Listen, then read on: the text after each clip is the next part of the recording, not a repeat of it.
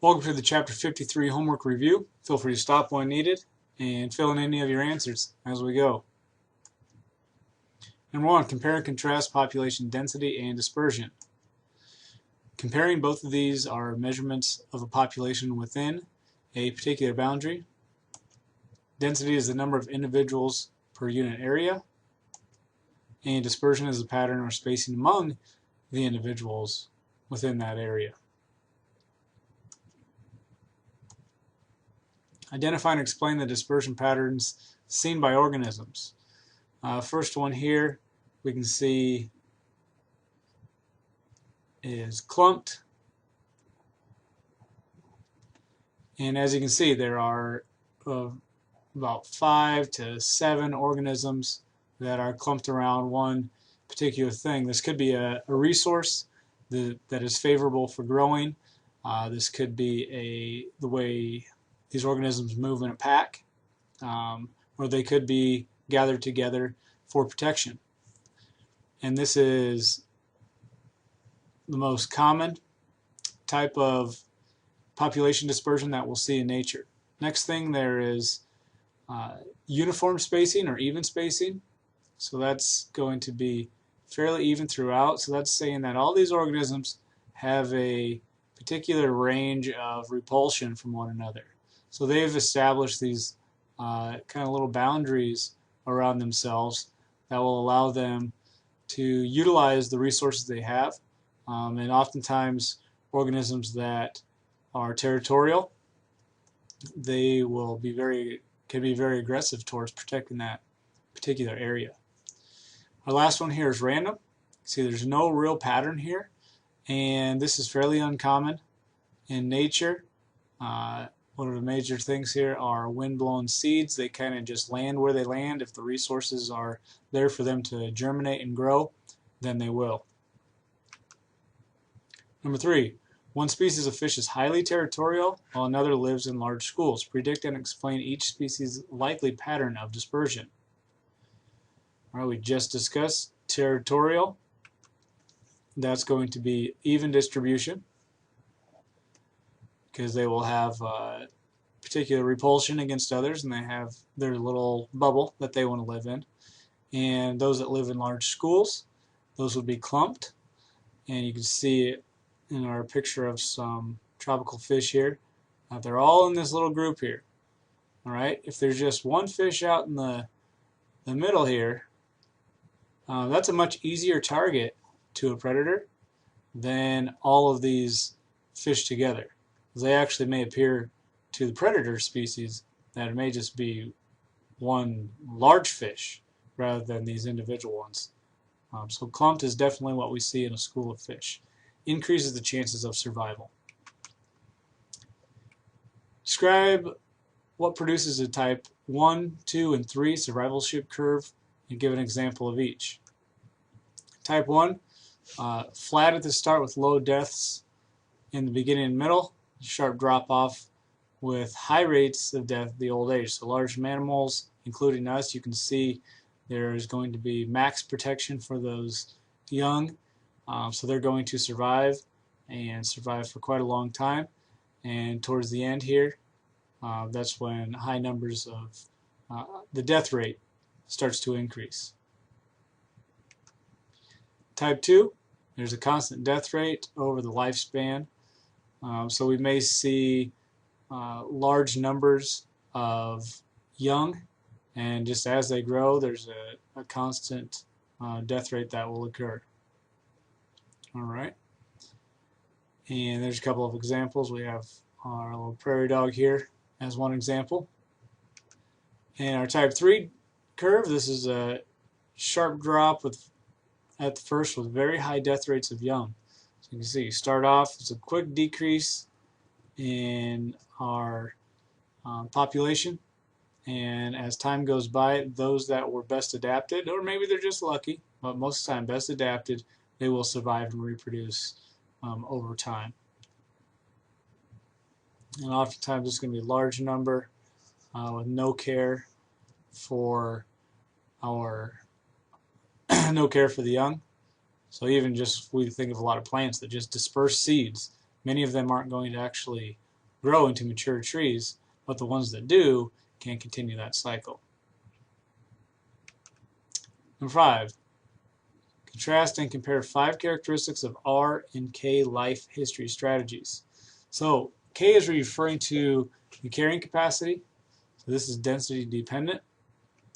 And R selection is during low density. So this is density independent. What I mean by this is that our K organisms, often found in type 1, like our mammals, large mammals including us, we're going to have slower development, excellent competition, delayed reproduction, so it takes a while for those individuals to become sexually mature, large body, longer lifespan, high parental care is key, and so this is going to maximize each of the offspring's lives. And on the other side, the R's, there's many offspring, early maturation, many reproductive events. If we look at some of the K species, humans for example, only every 9 months during a particular lifespan for a female can she reproduce. Now, some of these organisms become sexually mature very early, and they can reproduce a lot. So we're going to maximize reproduction so at least a few survive. So it's not looking for each individual to survive. We're just saying if enough are made, there will be a few that will survive and reproduce. Identify and discuss 3 factors regulating population size. So one major category of factors are density dependent factors. That's saying that as the density increases, then these factors are going to kind of increase as well. Competition is going to increase and result in a decline in nutrients. Those that are territorial, they need their space, and as populations increase, competition for this space is going to increase. Disease, crowding results in easier disease transmission. Predation, prey species that are abundant may result in particular selection of these by the predator species. And another major category is density independent factors, and these factors are going to include natural disasters and extreme weather. So let's say, regardless of the population density, if something happens like a flood or a drought or a tornado or maybe a really early frost, then the population will be affected equally.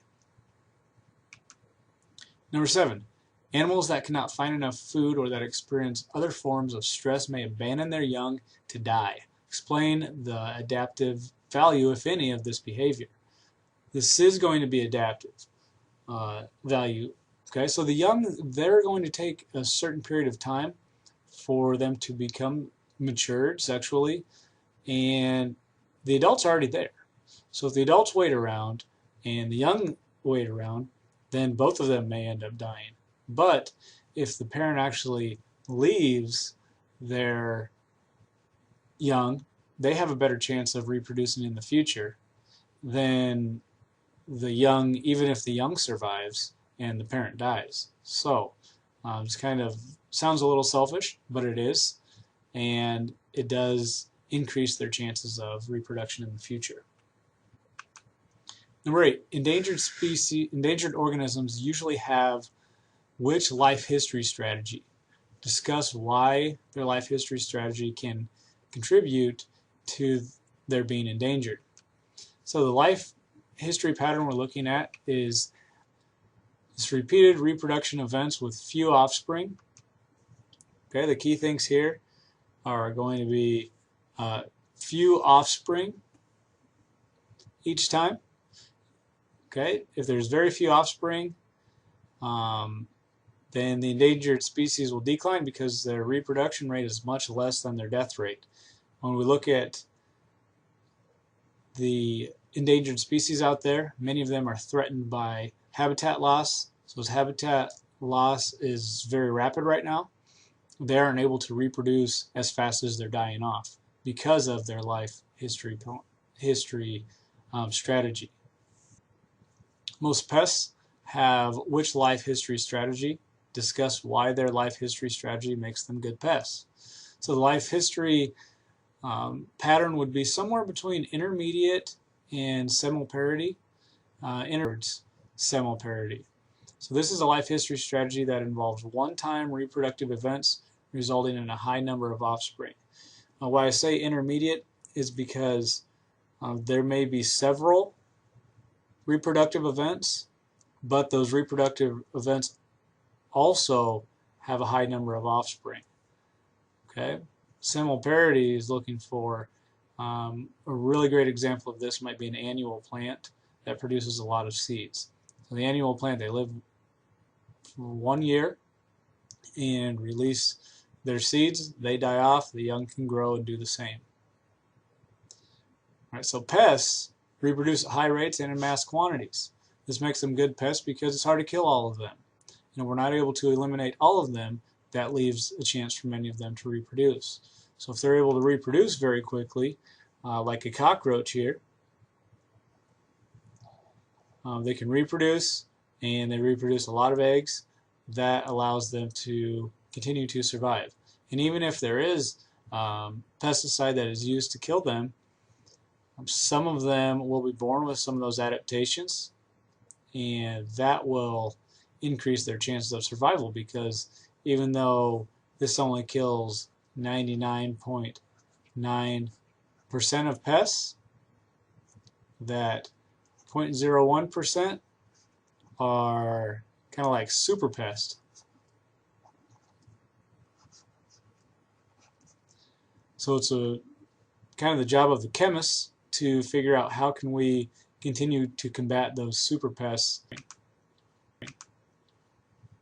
Number 10, when a crop field is abandoned in Indiana, it is quickly colonized by fast-growing weeds. Discuss if these species are more K species or R species and why they are so good at exploiting the situation. And then this is going to be an R species, and that's because they're opportunistic, or another word we might use here are generalist. So they don't need super specific nutrients and food sources and water sources. They can kind of exploit what is there. So that's why they're doing a really good job in abandoned fields, because there's a lot of resources that can be used, and they're not really picky on what they have to use. So many R species will see that, and we'll see their growth, their exponential growth, for quite some time until those resources become limited. Here's a picture. Here's a picture of a farm field that wasn't planted. So all these yellow species of flowers, I'm not sure the species, it's some weed species, came in and quickly took over that former farm field. Populations of Indiana. The population is expected to have no growth or possibly a decline in the future, because the 0 to 8 are not at reproductive age, so they're a little bit underrepresented. This also shows that the 20 to 28 age range are not reproducing at the same rate as their parents. So in the past, the population may have been growing, but they're not reproducing as fast. So this would kind of be represented. We can see this is smaller down here. So the base of the pyramid is much smaller. That's showing a decline in the population. And then here's about our 20 to 28 range. In here you can see, and they're not reproducing because most of their offspring are the offspring represented, or the individuals represented by 0 to 8. And that's chapter 53. If you have any questions, let me know. We'll look into a couple things further in the class referring to exponential and logistic growth.